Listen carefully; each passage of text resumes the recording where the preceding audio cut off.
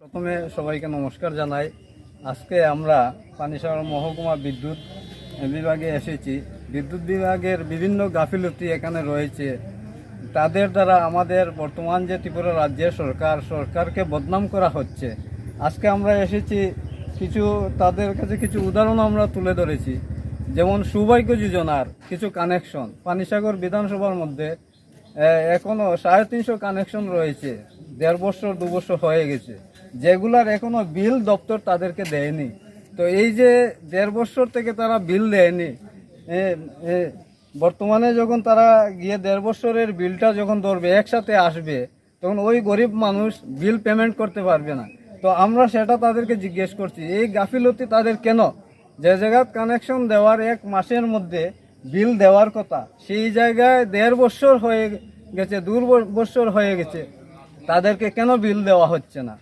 তো এই ধরনের আরও বিভিন্ন সমস্যা রয়েছে। তারপর আরও সমস্যা রয়েছে, যেমন তাদের যে বিল রিডার আনার কথা বাড়ি বাড়ি গিয়ে, তাদের যারা কর্মীরা রয়েছে, গ্রামগঞ্জে অনেক বাড়ি রয়েছে, তারা সেই বাড়িগুলোতে তারা যাচ্ছে না সঠিকভাবে, না গিয়ে তারা এমনিতে মন গড়া একটা ইউনিট লিখে তারা জমা দিয়ে দিচ্ছে।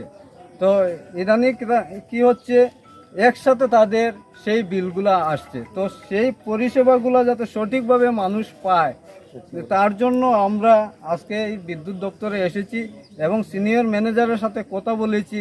এবং এই যে কানেকশন যায় না, তাদের কল সেন্টারে কল করার পর সেই কলগুলা তারা রিসিভ করছে না।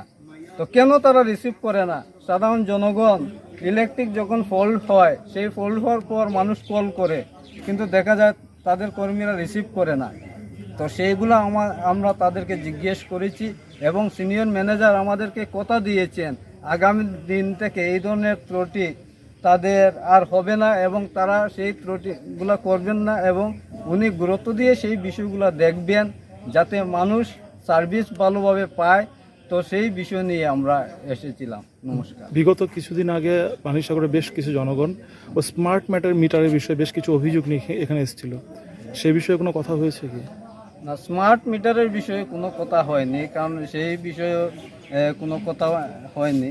কারণ আমরা এই যে বিদ্যুতের তাদের যে গাফিলতি যেগুলা, সে মানুষ সঠিকভাবে পরিষেবা পাচ্ছিল না, সেই বিষয় নিয়েই কথা বলেছি। কারণ স্মার্ট মিটারের বিষয়ে আমাদের কাছে কেউ আসেনি, সেই ব্যাপারে আমরা কোনো কথাও বলিনি তাদের সাথে।